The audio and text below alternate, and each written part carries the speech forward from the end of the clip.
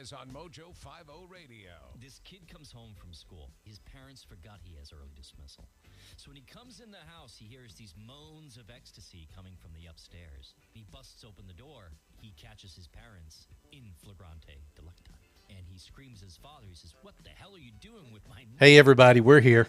Like this?" All right. Laughs, "Get out of here." So the Welcome to the show. Welcome to the show.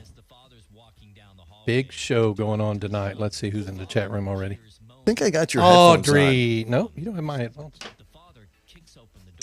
You don't have my headphones. I have my headphones. 90 seconds. What up, Deb? Dr. Brother David and Becker. Carla on with us tonight. Deb Treadway, ladies and gentlemen. What up, Audrey? How you feeling? The constipation stuff going away? She sent us a message and says it's been like 3 days. I'm like, I am so sorry. Yeah, I don't know why she would send us that message. Because she would. Rocky would send back a picture of himself on the bidet, I'm sure. I see that in my future. The bidet? I do. I have a turbo bidet. Turbo. It's spiritual. It's got a blow dryer on it. People love it. It's like a summer breeze on your butt. On your butt. He said, that's so on your butt. What up, Josh? Ladies and gentlemen, boys and girls, Audrey says my poopies are fine. Yeah, good. I've been practicing the intro for the game. Ladies and gentlemen, boys and girls, welcome to the 2022 Celebrity Softball Classic. 30 seconds. Right here with Ron Phillips, El Filipio. Yeah, El Filipio. Dude, you been working out? All right, here we go, guys. Yeah, I'm I'm working out. Dude. Now and get free shipping of your new CGM. Plus, we'll bill your insurance for you. 800-437-1424. 800-437-1424. 800-437-1424. That's 800-437-1424. Journey into the matrix of the mind. Stretch your imagination and challenge reality. Abnormal realities are beacons for the imagination. What society deems abnormal may be more real than we think. This is Abnormal Realities with your hosts, Ron Phillips and Rocky Stucci. Give me that finger point there, Ron Phillips. You folks. got it. Welcome to the program, The Emotional Meatball. This is weird. One of my headphones was on halfway, and I felt like I was being synthesized. Welcome to the program, brother. I got to tell you something. So last week, we've had a couple guests that were mind-blowing. Last night, we had a mind-blowing conversation. Yep. And tonight, we're going right back to it. Tonight's going to be golden, folks. We're going to be talking about past life regression. We're going to be talking about past lives. Oh, this is going to be fantastic. See, this is one of those intriguing topics to me. I'm in touch with my past lives. Are you really? Yes, I am.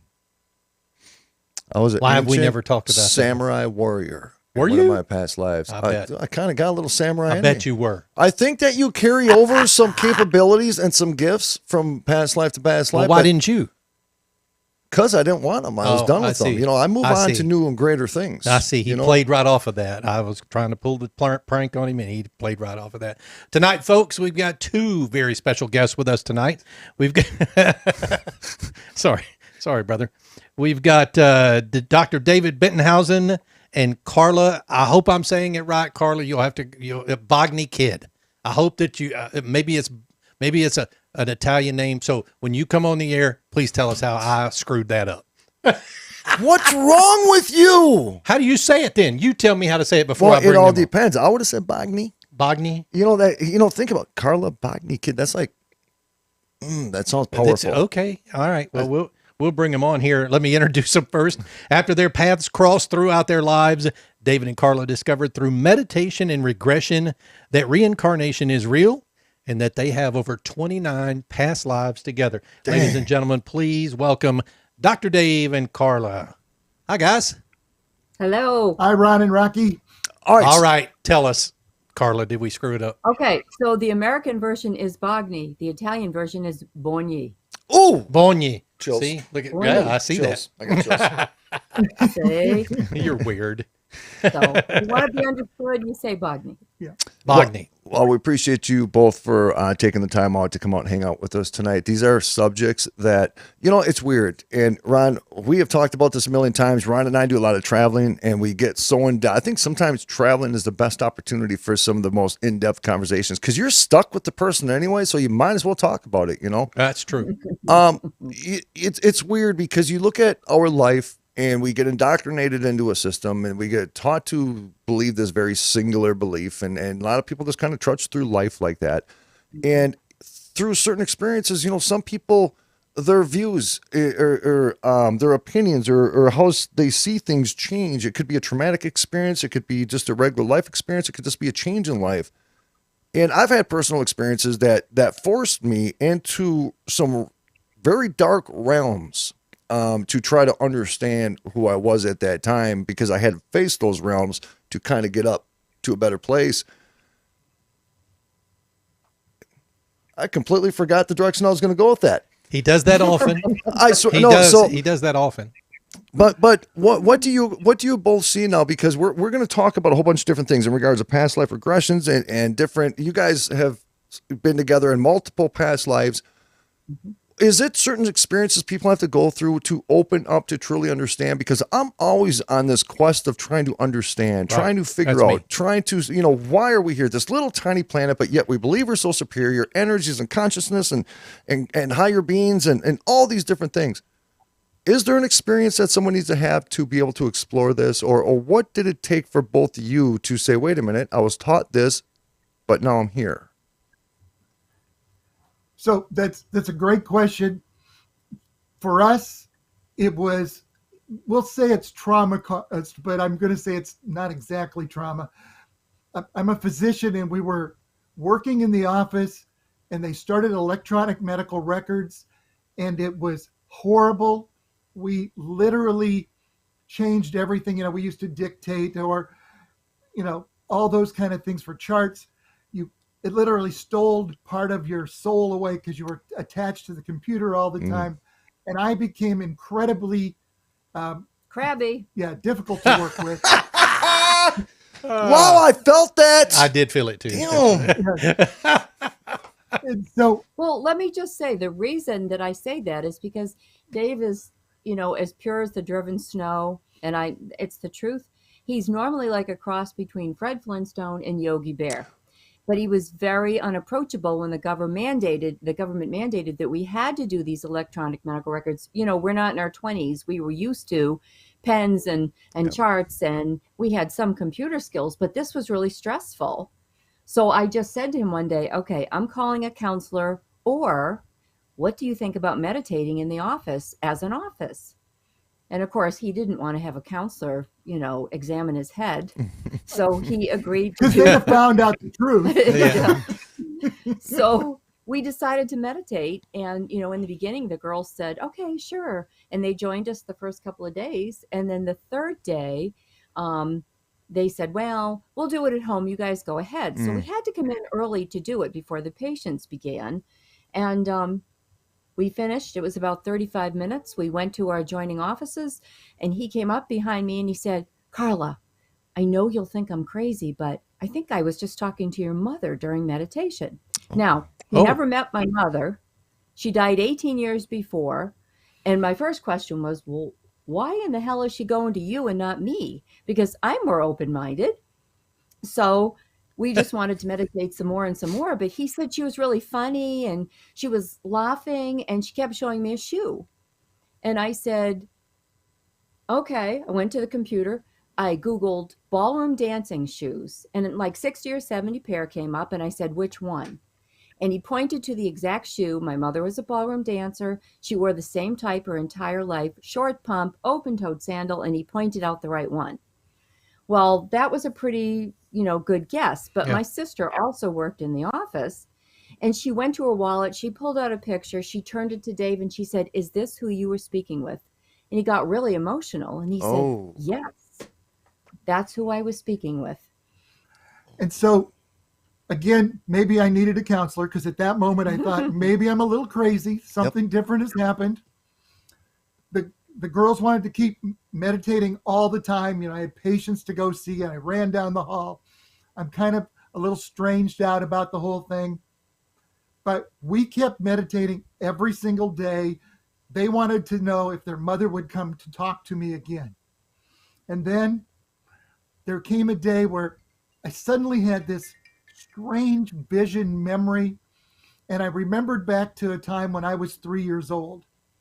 Now, I bought the practice when I was 38. I think Carla was 39 or somewhere close to that.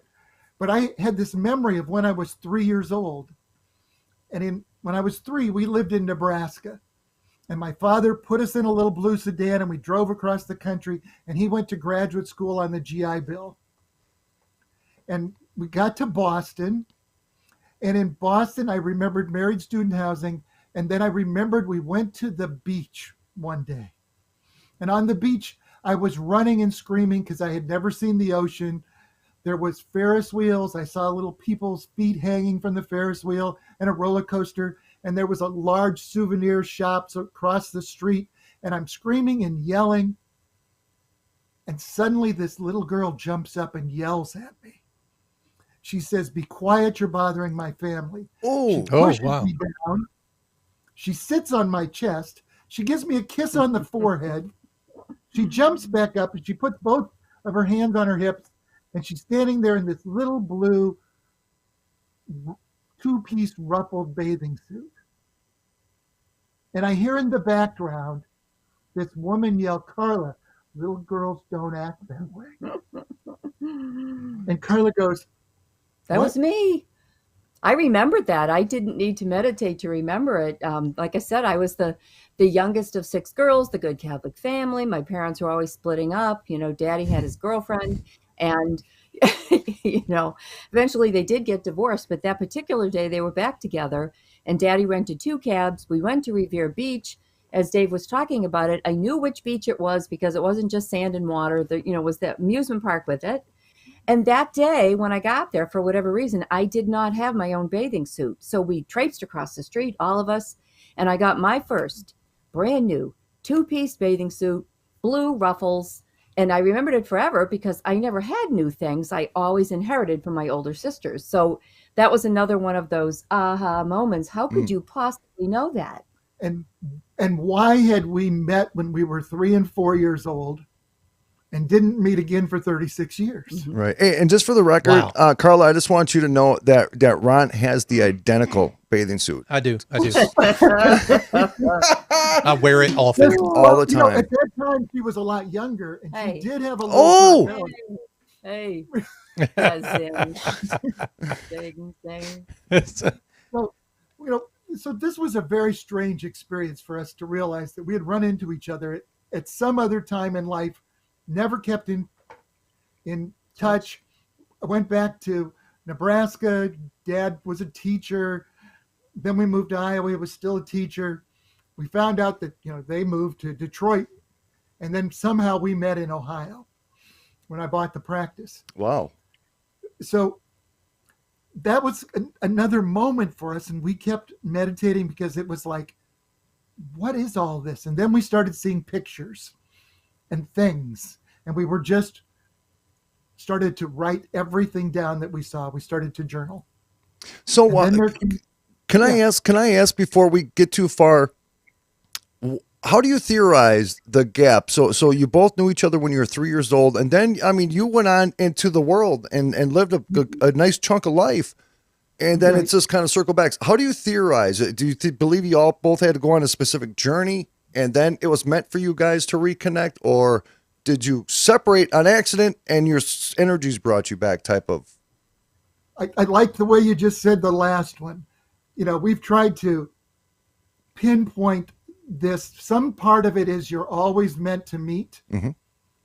Now, I've tried to read on quantum physics. There's the whole idea that particles in a different part of the universe can affect this part of the universe and can be drawn together. We've looked at all of those kind of entanglement theories, and maybe there is something to that. But whatever happens, you're supposed to meet again. And then it gets us, it leads us into this next little story, because a few days later, I'm meditating again. And suddenly I'm standing in a dark alley. And I look across the alley, and Carla's standing there. Now, I know it's Carla. She doesn't look exactly like Carla. She's a 20-year-old version of her, not quite the I same. thought you were going to say virgin of her. No, I didn't want to Hey, say man. anything, but I thought the same thing. Anything about that. But she had on her hair was slicked back. She had a little gold band on. She had a fringed skirt, and she looked just like a flapper. Oh. Suddenly, I saw two flashes of light, heard two large bangs, got shot in the chest, was thrown on the ground behind me, and I knew I was dying and bleeding. I was bleeding and dying. And I had to tell her this story, and she thought, okay, this is a very strange story. The next day, meditating, I got early parts of this story over again. And the parts that I got was that I remembered getting into a little car in 1925 and driving to Ashland Auditorium in Chicago to go to a wedding of a man named Angelo who did business at the bank where I was a little junior banker. At that wedding, the wedding singer got up and was the same flapper that I had seen the night before, but she was dressed differently in a much more Puritan kind of outfit, Right. standing up there, and she sang the Ave Maria. Mm. And I was so drawn to her that I had to meet her. And at the reception, I met her, and I asked her to go to breakfast the next day. And she agreed to meet me at Marino's in Chicago. I love the name. I love the freaking name already, And so we went to Marino's the next day, and she walked in, and she wasn't dressed like a flapper. She was dressed like a normal person with a wool coat, and she seemed very young and pure. And we ate breakfast, and we went on a walk along the Chicago coastline in the middle of winter. We were freezing, snow and things were coming off the coast, and we walked forever. And she told me her entire life story about being born in Bullock, Georgia, to James and Anna Donaldson, that she had come to Chicago to become a dressmaker, got involved with this singing thing, and became a flapper at a bar that was owned. The bar's name was DeAndre's, and it was in Chicago by a man named Angelo. And that Angelo somewhat owned her. And her name was Ruby Donaldson. So I came and I told Carla, this is what I found out. This is what I'm hearing. It's so real. I can see you. The conversation is real. And Carla, just tell the story. Well, it wasn't that long ago, and I thought, well, certainly I should be able to find some sort of proof. So I got on to Ancestry.com, and I did find a Ruby Donaldson, born in 1904 in Bullock, Georgia, to James and Anna Donaldson, one of 11 children.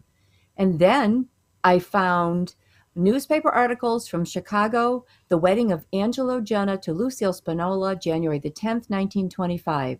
So I called Dave and I said, you're not crazy. I found corroborating information. Here it is. And it was interesting because Angelo got married at Ashland Auditorium. Angelo Jenna was a mobster who ran Little Italy just before Al Capone. Mm-hmm. What? Wow. And you want to hear? I do. I usually just throw this in. This is a little synchronicity. My first husband in this life was the reincarnated Angelo. So we had karma to come back and finish in this life. All right. So I've talked about Holy cow. like generational karma. Yeah. As long as that got brought up, do you want to let us know what's your take on all this? Well, we travel in soul families, soul groups. Yeah. And we found out early on, because Dave has this wonderful gift. He can connect to all of his past lives and with the spiritual world in like 3 seconds. It's really hard for me to meditate. I do it and I get bits and pieces of things, but not like Dave. So Dave can go right back to any one of the lives that he's had and relive it. And I have I was hypnotizing him before we even knew what it was, back to those lives, and I've recorded them, and he would become that character. One time he was an 8-year-old stuttering little boy, and he stuttered through the whole thing. Well, because we travel in these soul families, we soon found out that Dave has had 42 lives. I've had 34. 29 have been together. And it's not always been like husband or wife. He's been my son. I've been his sister. Our last life was actually in Chicago as well. We were brother and sister. I was Katie. He was Johnny. We fell to our deaths on Christmas Eve down a staircase. Yeah. And, that was somebody's story. I gotta mention generational karma just a little bit, because there's two really big options that we've brought up a couple different times to explain this.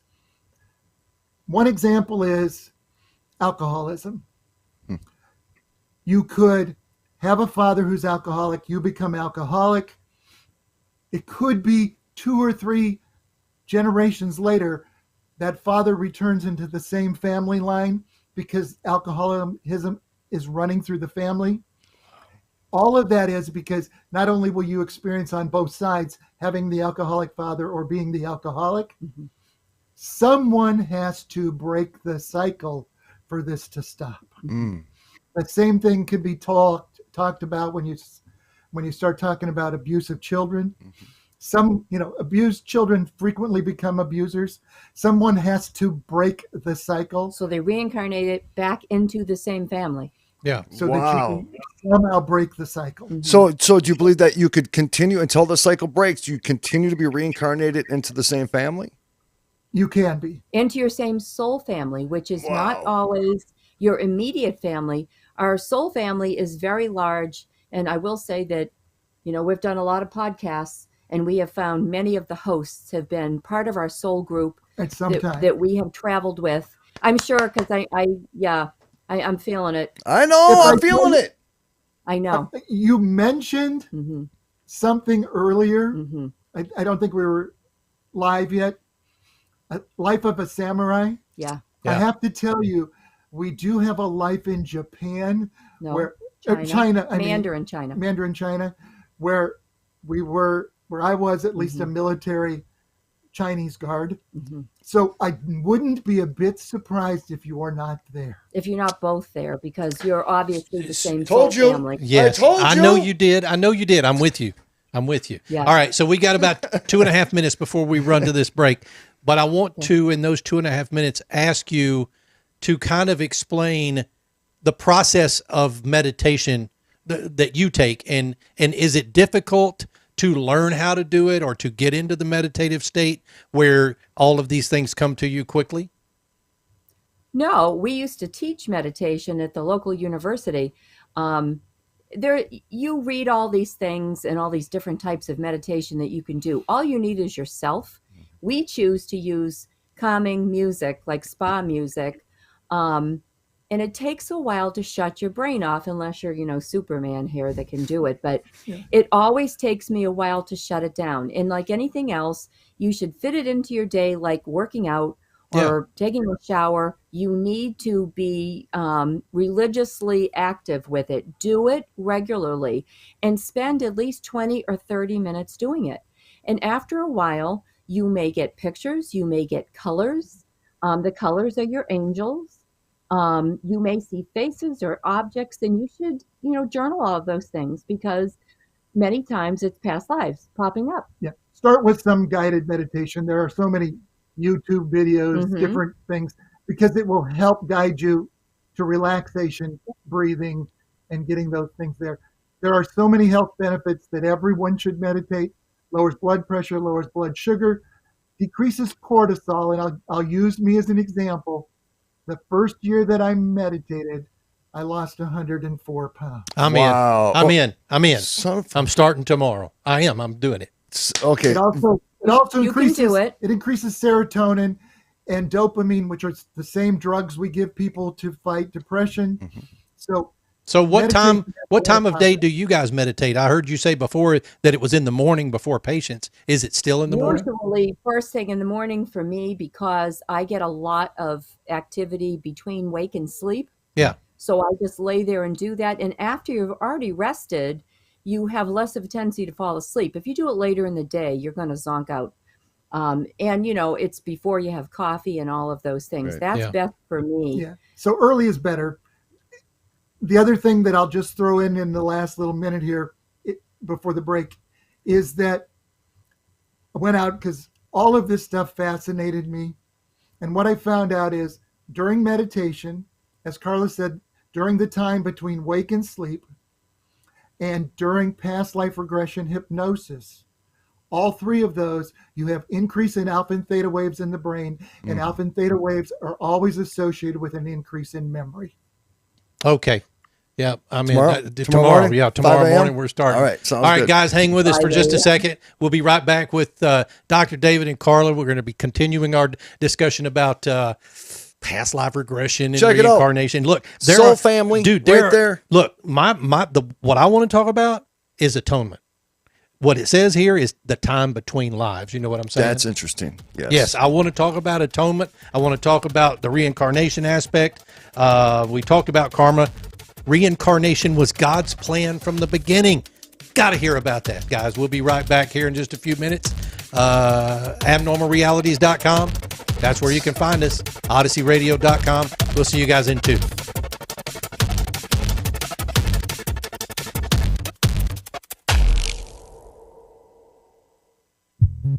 At Romika Designs, we're more than just a laser engraving and specialty design company. Much more.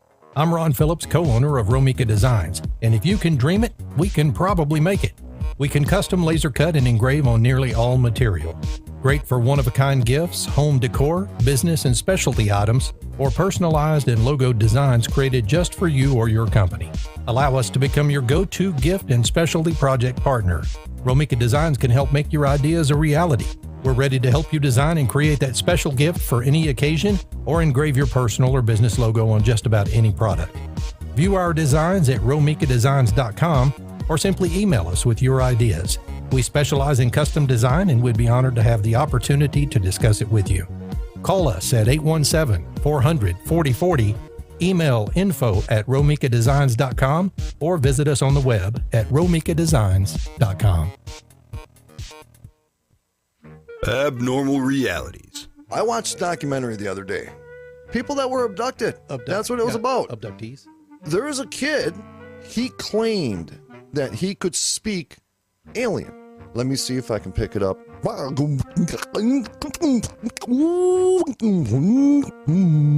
And he was serious, dude. I got chills watching it. Then what was that sound you were making just now? I don't know. It was what they did. But I probably said something in alien just now. Did you call them to come get us? Maybe they can bring us a pizza. Ask them. Bring us pizza? Yeah, I don't care what. Okay, hold on. I got to feel it. Make sure it has jalapeno on it. Really? Yeah. Just please. half jalapeno. Okay. Okay, so I'm going to ask aliens to bring me pizza.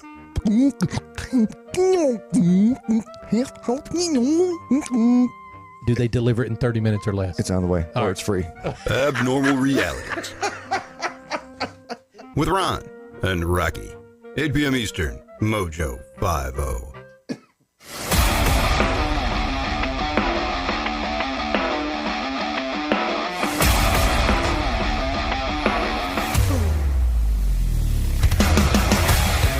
Welcome back to Abnormal Realities, folks. My name is Ron Phillips. That is Rocky Stucci, the one, the only, the alien talker. A samurai. You're not a samurai. Straight up dude. samurai, badass, part of the Soul Tribe is who I am, Rocky Stucci. That's right. Thank you. Rocky Stucci. And we've got a fantastic show going on right now. A lot more we've got to get to over the next half hour. Guys, we are joined tonight by Dr. David Bettenhausen and Carla Bogni-Kidd. Bogni-Kidd. There you go. That's the best way I could do it. Welcome back, guys. Thank you for sitting around with us during the break. Still our pleasure. Hey, so listen, you probably heard us as we were going out to break, some of the important things that we want to ask about. But Rocky reminded me that I had a question, that I hadn't gotten to yet, so I'm going to ask it real quick. And that is it possible that when you dream at night, that your dreams consist of things that you've done in your past lives? Yes. Absolutely. Sweet. Absolutely. Except that one time. I don't want that. I don't want that either. So if people want to look at their dreams and try to relate to it, the dreams that seem incredibly emotional are almost always past life memories. Because you start to connect with it in such a personal way. It's a little different than dreams where you're trying to work out today's problem. Right. You know, if you have your boss in the dream with you and it's about work, it's not probably a past life. Seriously, when you said that, man, I'm going to tell you, I just went through like a flow of emotions because there is one dream that I was just talking to somebody yesterday. I remember my dreams vividly, and I can tell the story a month from now from when I dreamt. But there's certain ones that are emotionally attached to me. And when you just said that, it went through my chest. You just brought me back to an instant dream from a very specific time. And where I lost somebody, where I was with somebody, it was during the cowboy area, and this lady I was with, she seemed Native American. A group of cowboy guys, whatever, bandits or whatever you call them, they kidnapped her and they threw her off a cliff. And I remember the emotion of that dream. I mean, when I had that dream, it stuck with me for like 3-4 days. Like I really lost somebody. Yeah. And you intense. Probably did. So much like the Ruby and JJ story was so personal when we started getting into it, this same story you just told, I'm sure that there is some truth in some part of this in your past life. And if you talk about past life regression, it may be someone you still have in your life. Now you lost them in your past, and you may be fearful of losing them in the present. Oh boy. You're going to make me start crying in about 0.2 seconds. And he will. He'll start crying. And so those things will frequently show up in dreams because you're worried either about somebody you're dating or somebody you've known or somebody you're married to or your children or something. Could have been the Indian that you lost in the past life. It's weird because my wife is Native American, and so I used to be a promotional jockey at this location. I just did advertisement over the microphones, and this guy, Steven Seagal looking guy, comes up to me, and he wanted to offer me a job at his location. So he gave me his business card. I was supposed to go the next day to go visit him, and I never went because I was uncomfortable with the place. And so I didn't go. And then the next day it was really weird because an old friend of mine called me up and he told me about this job that he has, and he was looking for somebody, and it just happened to be the exact same place as where I met this guy, and I didn't go the night before. So I didn't know what was going on. And for some reason, weird reason, I went against everything that I represented at that time, and I went to this location, and I ended up started working there. And that's where I met my wife, and I've been with the woman for 23 years. Very nice. Interesting that you said that. Yes, I love the way that goes because that fits so much in past life memories because there's something that's uncomfortable, but you're drawn. And somehow, even if you decided mentally, I don't want to go, the world is going to present you with another option and a way to get there so that you're drawn again. And now you're with her, and it's not strange. We know you're Italian, Rocky, but we've also had an Italian life, and then we were involved with an Italian mafia. Yeah, we've had several. Yeah. And so all of those things become very interesting. And when we went through writing all these past lives down, and then Carla and I started talking about them, and Carla realized that she had a past life in Bermuda. Where I was married. And she had visited there. She had a past life where in the Mayan Riviera, and she had been to Chichen Itza. She had been to Italy already, and we had past lives in Italy. She had been to England and Scotland and had past lives in England and Scotland. We finally went to Spain, and we have a past life in Spain. And so when you start seeing these things, you realize that something drew her back to those, or drew me back to those again. And when you've had many past lives you've been able to find, you start to see interesting patterns. We have a series of lives where we're Vikings fighting the Scottish, landing on Scottish soil. In the next life, we're English fighting the Scottish. In the next life, we're Scottish again fighting the English. And in the next life, Carla's of Viking descent and starts to be involved with British royals. Wow. Again, you start to realize that you've actually been fighting on the other opposite sides of even some of the same wars. And we've all been kings, queens, rich, poor, black, white, saint, sinners, slave and slave owner, pagan, Christian. To the point where you realize if you don't live all of these experiences, you cannot judge anyone, because you literally live on both sides. And until you learn the compassion that we're all somehow connected. And if there's the whole 6 stages away, everybody's supposedly connected. Yeah. When you start doing these reincarnation and you start going back and you start getting pictures, and if you go back and visit, because we'll go back and we will visit and look for you guys. And we will find you somewhere, because we keep crossing paths, because we're all on some of the same journeys. Okay. And I want to know that when that happens. I want to know where I've been, please. Now, but we normally don't interact. Go ahead. For karma or to help each other. Interesting. Fantastic. Yeah. Interesting about the karma part. So when you say that, explain that a little bit more in depth. Well, if you have karma, I'll give you an example. The gentleman that lives next door to us, we have found him in 21 of our past lives. Oh, what? All karmically. And we have great details on all of our lives. We've written several books. The first book, we have 20 of our past life stories. And at the end of each one of those, we give the reasons why we came back yet another time. Our second book, we have 7 of our past lives. And our third book, we actually have 6 people from history. We have like for instance, Cleopatra. We did 3 consecutive lives of Cleopatra, so you could see who she was before Cleopatra and who she was after. Now, Dave, and what they did wrong, yes, and why they had to come back. Why they came back. Dave talks to his spirit guide regularly. Her name is Isabella. He can connect with her just like we're talking to you guys. And so she tells us, we will go in and ask her when I get pictures or Dave gets pictures of past lives, then we can ask her, if I find somebody like the neighbor, well, what was the situation? Well, our very first life was in outside of Jerusalem over 6,000 years ago. Wow. Oh, goodness. Yeah. And we got together when we were like 14 years old. We had 12 kids. We were very busy. Good job, brother. Yeah. We traveled south along the Dead Seas. We settled at the Ian Getty. Wow.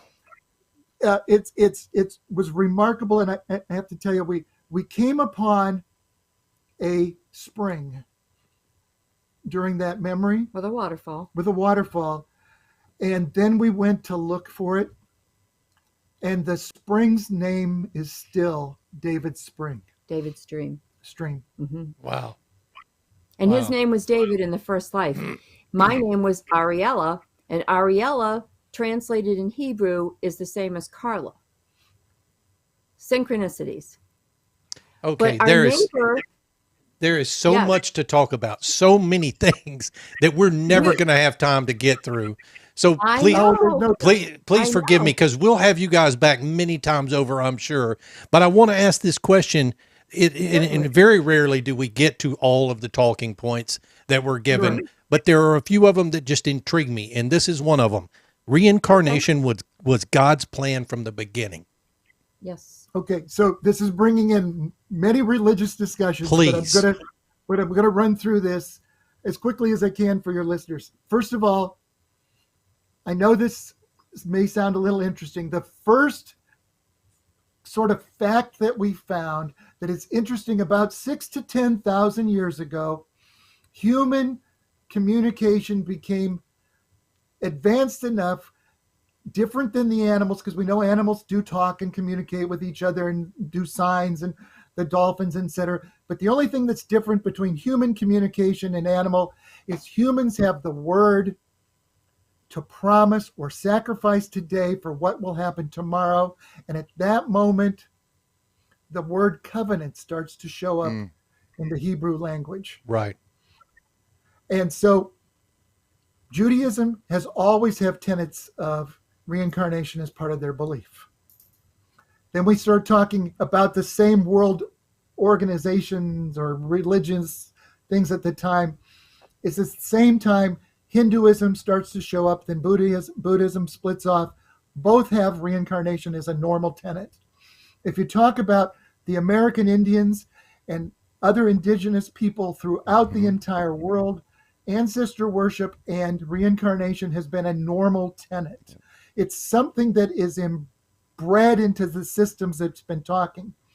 When you start to talk about Jewish to Christian changes that occurred at the time of Jesus, you realize that at about 179, there is a lot of discussion related to reincarnation that's occurring.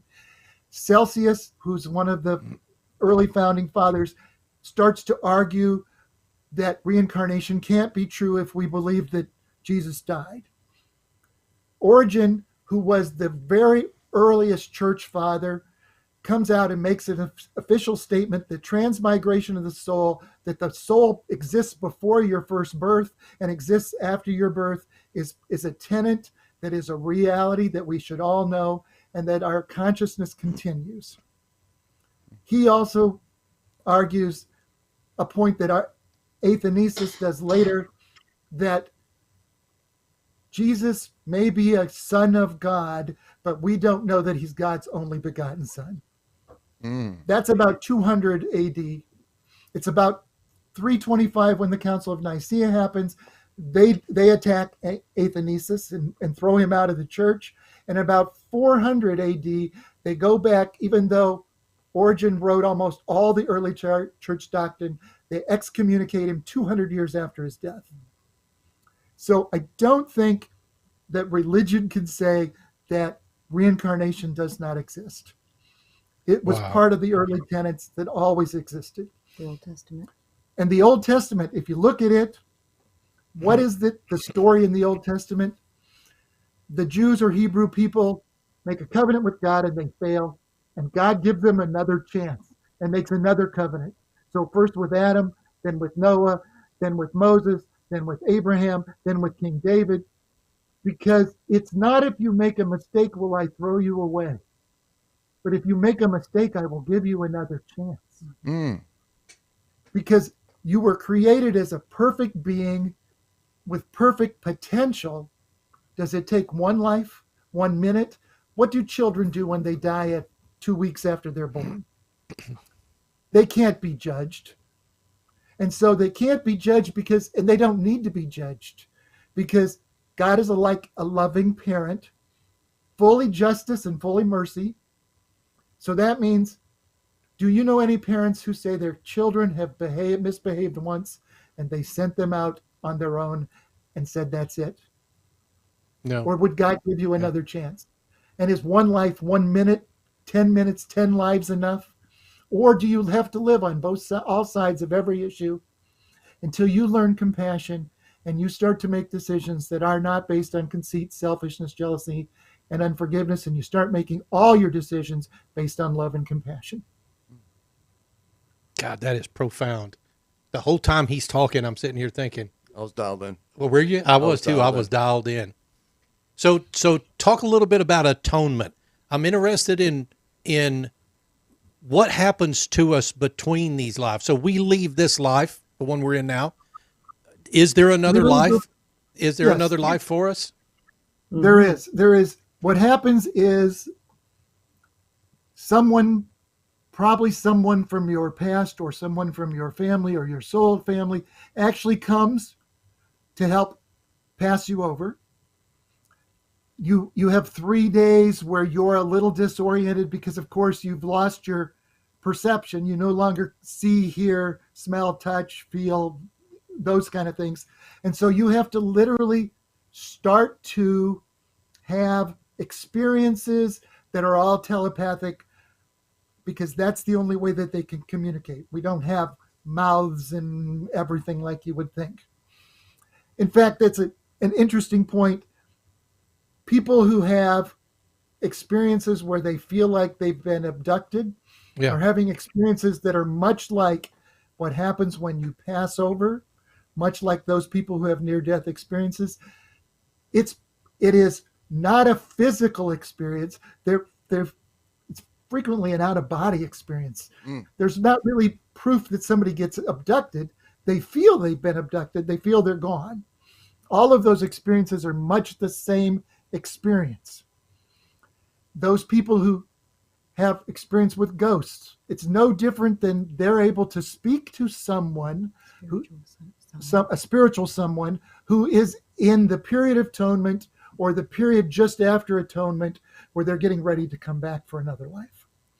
In the period of atonement, you actually meet after 3 days. After 3 days, after you've kind of adjusted, you meet some of your family members who've already passed, which is what people with near-death experiences explain. You have spiritual beings, which is what kids report when they have spontaneous memories of kids, of passing over and having a past life. You frequently have a council of elders, or those people who assist you, and they actually go through a past life review. And you see what you failed. Let's say you didn't perform up to your ability. This is another biblical thing that is interesting. In the book of Leviticus, the word is kata. Kata is the word they use in Hebrew, which meant you failed to reach your goal. By the time it gets translated into Greek and then into English, the word becomes sin, which is a transgression against God. That's much different than failed to meet your goal. Right.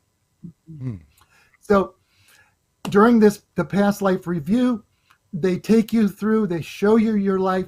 People who have near-death experiences report the same kind of thing. They sometimes go through their life, they see what they did wrong. They realize that they're coming back and there's things they're supposed to change. The same thing happens at your time between lives. And I'm going to tell you a story because I had an opportunity to see my father's last past life review and atonement period. I saw my father's life 3 lives ago, when he was a slave trader on the island of Bermuda. And he went to Africa and he chained men and women into the base of his boat and transported them to the Americas. Separating them from their children. In the next life, he was my father when I was JJ in Chicago. And what happened was my mother died during childbirth, having me, and then I was killed by the mob, and he experienced being separated from his children and from his wife. Wow. In this life, he was also returned as my father. In this life, he was a wonderful man, was a high school principal, and yet he spent the last 20 years of his life chained to a wheelchair because of Parkinson's. There you see a little bit of karma. You see a little bit of the experience. You see what happens so that you have to feel what you may have put others through. That's the only way you truly learn compassion. Wow. It's a tough story, but it's an educational story too at the same time. It's weird because I've always had this thought that, and I always use wrong words. I just kind of get my own little reality. I come up with stuff, right? So I always believe that we continue to recycle until we learn all the lessons that are to be given well, that to was us, my question. you know? My question was going to be, is there an end point, or is this infinitely perpetual for all of us? There is an end point. The goal is that we will all return someday back to God in unity and oneness, whatever the term you like to use, whether it's God, Creator, Tao, Source, Brahman. I don't think that the word matters so much. Yeah. But we're all going to turn as the love in which we were created, because we'll all get to a point during these cycles of life when we're going to start to make decisions that are based on true compassion and love. And when that starts to happen, more and more people will start to go home. And the more people go home, the greater the pull is to our soul family, the greater the pull of the love that will be in this unseen realm, that it will bring more of us home and more of us home, and it will snowball, and soon we'll all return back. And why will we have needed these lives? Because again, we'll speak in a telepathic way, and what that does is we have all had on this planet shared experience. And when we return, it's the shared experience that we communicate. I just want you to know that I told both you guys that I love you guys without even saying it. He did too, I'm sure. You know what? I'm going to tell you, David, when you speak like that, I feel your sincerity while you Without speak. a doubt. Without a doubt. And boy, I tell you, I am extremely grateful for both of you. I mean, talk about a true, sincere, passionate, I love it. And you guys have done it just a little bit since we've been talking tonight, but I want you to go through it. We've got about 2.5 minutes. Tell us about your books and what you went through to write them. And I'm interested in Mother Isabella, God, and Elizabeth. Mother Isabella, God, and Elizabeth are it's very interesting that we can have that attached to the books. It's because I first met Carla's mother after she was already passed. I met my spirit guide, Isabella. We met Carla's spirit guide, Elizabeth. And then there was a day we asked, what is God? Who is God? And at that moment, I had an experience, and I heard the word I am. And felt it. And I felt it. I broke down. It was more emotional, more loving, and more overcoming than I could ever imagine. And after I've spoke to people who've had near-death experiences, the experience is the same. There is something that is overwhelming, that pulls us, that holds us, that won't let us fail. Yeah. And it wants us to return. So you've got what books are out now? Website, the website is thegiftofpastlives.com. Certainly there are links to Amazon, Barnes & Noble, and all those for the books. The 4 books that we have out are The Gift of Past Lives with Mother Isabella, God, and Elizabeth. That's our experience and 20 of our past life stories.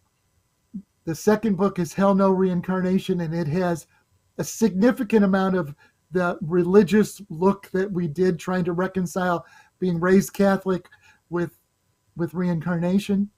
The third book is The Manual, which has a lot to do with atonement and planning your next life.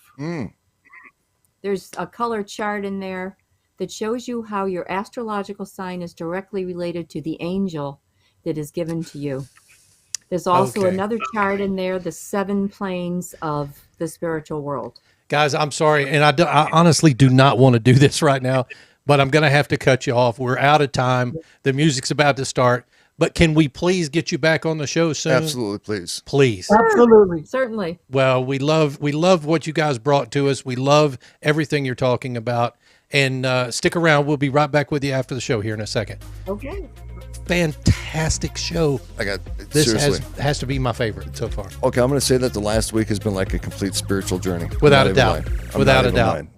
Guys, I am. Take us home, Rocky. I don't even know what to say. I got like 5 questions and I'm still stuck there, folks. We love the hell out of you. AbnormalRealities.com. Do not forget, get on over to OdysseyRadio.com. Look us up on iHeart. And we got the mobile apps. Ladies and gentlemen, from our family to yours, much love, much respect. Until tomorrow night.